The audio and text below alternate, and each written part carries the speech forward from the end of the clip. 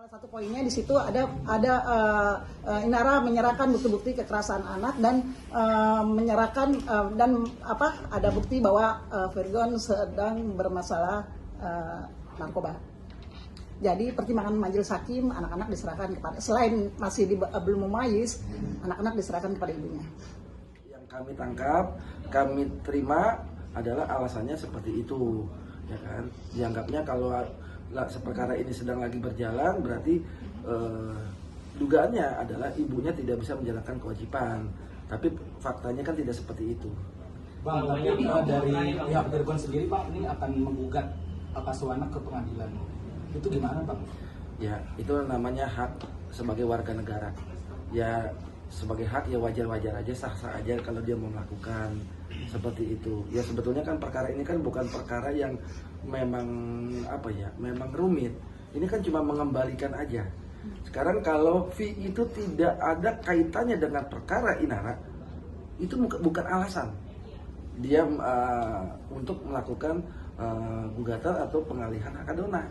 Seperti itu. Kalau memang perkara ini Inara pure murni tidak ada campur tangan siapapun, khususnya fee, ya ngapain juga memang harus dia gugat, ya tinggal itu kan baik-baik aja, cuma karena anaknya belum memayis, wajar dia tinggal di ibunya. Seperti itu. Mau kapan waktu dia tinggal jenguk, dia tinggal mau jalan-jalan, mau apa tinggal ngomong, ya udah kan tinggal diambil aja kan gitu. Tapi dikembalikan dong gitu. Bang, masyarakat juga kan ada yang pro kontra itu, kamu lebih banyak yang kontra terhadap hal ini ya Bang ya, terutama publik, netizen dan lain-lain gitu Bang, menilai bahwa mereka lebih setuju kalau anak ini memang di Virgon atau di sampai Inara case-nya selesai gitu Bang ya, karena takutnya mempengaruhi mental anak dan lain-lain, dan mungkin waktu quality time sama anak juga berkurang Bang. Mungkin tanggapannya seperti apa, ini mayoritas masyarakat tuh menginginkan hal itu Bang. Gimana Bang? Secara faktanya putusan pengadilan dan sudah inkrah di kasasi, anak dipegang hak asuh sama ibunya. Kita bukan berbicara komentar netizen ya, tapi ini sudah putusan pengadilan, hak asuh dipegang oleh Inara gitu loh. Itu sudah jelas. Tapi putusan pengadilan kan sebelum case ini bergulir Bang, Bu maksudnya. Yeah. Nah ini kan faktanya sekarang kan Inara sedang ada case yang belum selesai nih. Yeah. Case ini kan tidak menghambat dia sebagai ibunya, sebagai hak asuh ibunya, tidak ada yang menghambat. Inara ini terkena kasus, tapi kan kasusnya prosesnya berjalan dan bukan berarti dia bersalah. Sebelum ada putusan pengadilan, kita kan pakai asas praduga tak bersalah di sini. Selama tidak ada putusan pengadilan yang berbentuk inkrah atau putusan tetap, Ibu Inara ini tidak boleh dikatakan bersalah, dan hak asuh itu masih tetap secara de facto masih tetap dipegang oleh Inara. Ada bicara soal kekerasan ke anak, itu kan jadi alasan Inara buat ngambil lagi anak-anaknya gitu? Oh bukan, itu pada saat di dalam gugatan perceraian dia yang terdahulu. Karena itulah hakim memutuskan dalam pertimbangannya anak-anak diserahkan kepada ibunya. Itu salah satu poinnya. Salah satu poinnya di situ ada Inara menyerahkan bukti-bukti kekerasan anak dan menyerahkan ada bukti bahwa Virgon sedang bermasalah narkoba. Jadi pertimbangan majelis hakim, anak-anak diserahkan kepada, selain masih belum memayis, anak-anak diserahkan kepada ibunya. Bang, ini kan anak-anak bersama ayah kandungnya Bang. Kenapa sih jadi ribet begini Bang?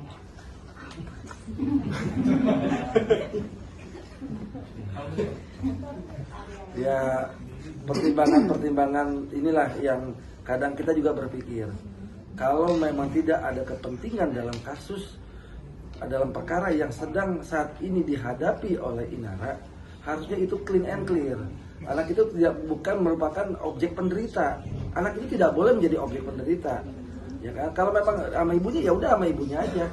Bapaknya mau kapan waktu memang mau menjemput, mau ngajak jalan, silakan aja seperti itu. Sebetulnya kan simpel-simpel aja gitu. Nah, kalau memang itu menjadi masalah, anaknya dijemput, tidak dikembalikan sebagainya, dalam kondisi Inara sedang punya perkara yang saat ini masih berproses, baik itu di Polda Metro Jaya maupun di Barreskrim. Nah, ini yang memang akhirnya kita juga berpikir, sebetulnya ada nggak sih kaitannya dengan ini? Itu seperti itu. Ya kalau nggak ada kaitannya, kembaliin aja anaknya. Ada timetable. Inara kan sudah ke Komnas, itu kan niatnya untuk mediasi. Kita tidak menyarankan Ibu Inara untuk ayo lapor polisi. Enggak, kita nggak nyuruh gitu. Tapi ayo mediasi. Di mana yang bisa menjembatani antara Virgon dan Inara? Ya, kita coba ke Komnas Anak gitu. Siapa tahu di sini bisa selesai di Komnas Anak. Ternyata kan memang tidak datang juga di sana. Tenggat waktunya mungkin sampai itu kayak kita langsung ke diskusi atau segala macamnya, kalau enggak kita maju ke perkara hukum yang lain. Nanti kita diskusi lagi sama Komnas Anak.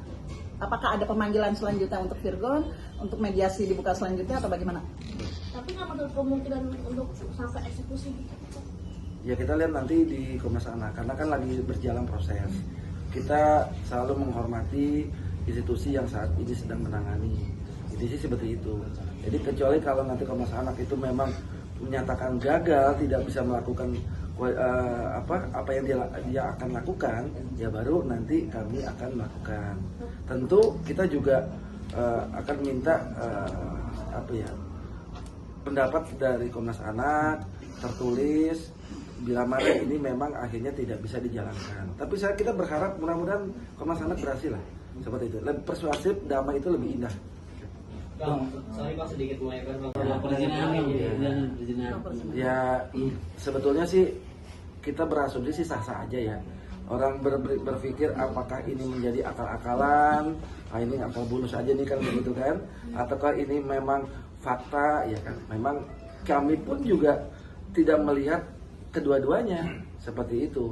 Nah kami yang saat ini menjalankan konsisten bahwa kami yakin ya kan yang namanya perdamaian itu akan terwujud. Bang, kan selama ini Inara dituntut untuk menunjukkan bukti pernikahan siri sama Insanul gitu. Sampai detik ini juga belum terlihat apakah alasannya Inara untuk menahan itu Bang atau seperti apa? Sebetulnya syarat itu kan diberikan kepada suaminya, bukan kepada Inara. Jadi itu bukan hak kami untuk jawab seperti itu.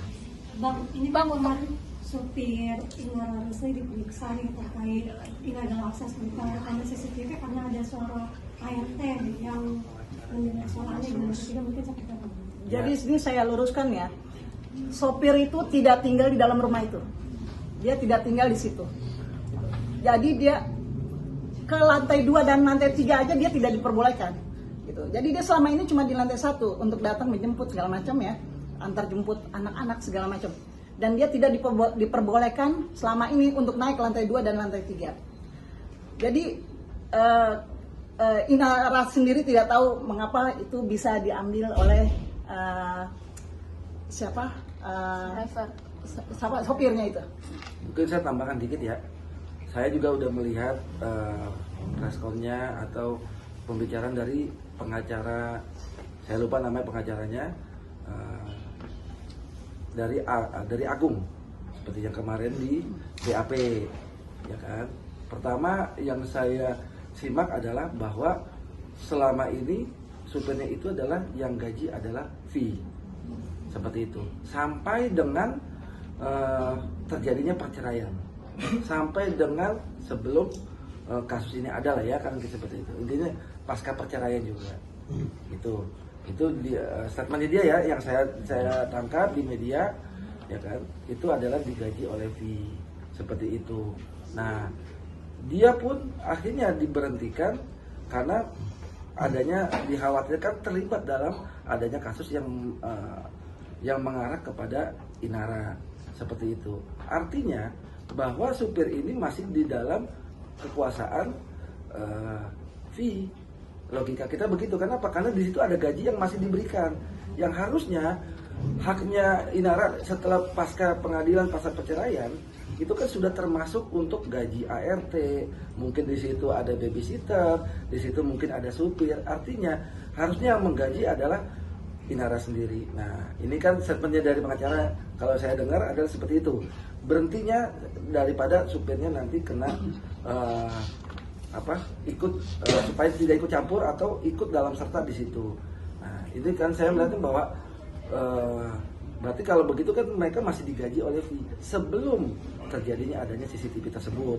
Nah ketiga saya melihat gini, kalau toh kita punya supir, punya AR dan sebagainya, kita gaji, itu nggak mungkin mereka berani. Mau kita ditemukan ada suara apa, kecuali memang ada indikasi di situ pidana pembunuhan atau apa, mungkin lain persoalan kan gitu kan. Nah, apapun yang dia dengar, dia nggak mungkin juga kalau kita punya karyawan yang kita gaji tiba-tiba berinisiatif, ya kan, bukannya menanyakan tetapi adalah dia melihat dari memori atau dia dari CCTV ada apa sih seperti itu. Yang nggak berani juga seperti itu, logika kami seperti itu. Makanya kami tidak banyak intervensi kepada Barreskrim masalah illegal akses.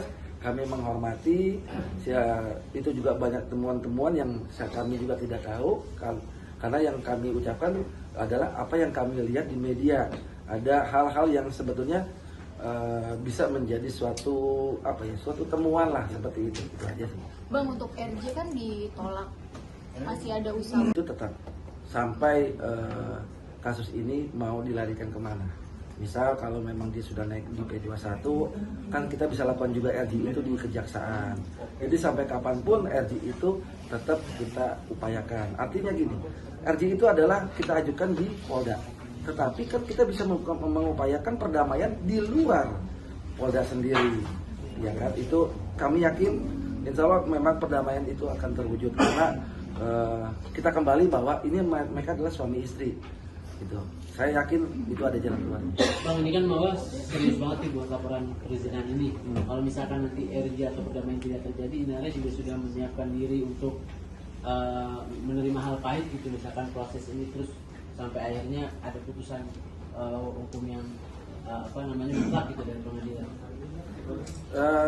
Pada prinsipnya mereka siap, walaupun memang yang ditekankan adalah prioritas adalah kita bisa berdamai. Ya kan? Kenapa? Karena ini menjadi presiden buruk. Apa yang menjadi presiden buruk? Ini adalah antar suami istri. Yang satu istri sahnya pertama, yang satu istri sirnya kedua. Sama-sama lingkup suami istri semua. Dan di dalam ini ya presidennya buruknya apa? Ini akan menjadi kenang-kenangan kalau memang ini akhirnya sampai dengan ke tingkatan hukuman, putusan pengadilan, nanti menghukum sekian tahun, ya kan? Ini sampai kapanpun, dan ini mempengaruhi tumbuh kembang anak-anak, bahwa ini ya buruk akan menjadi buruk seperti itu, karena ini suami istri seperti itu. Masih ada panggilan tambahan nggak Bang untuk? Saya tambahkan sedikit. Pidana itu kan ada dua, pidana formil sama pidana Pak. Cari berita selebriti dan lifestyle yang lagi viral. Di sini tempatnya. Yuk subscribe, like, dan share.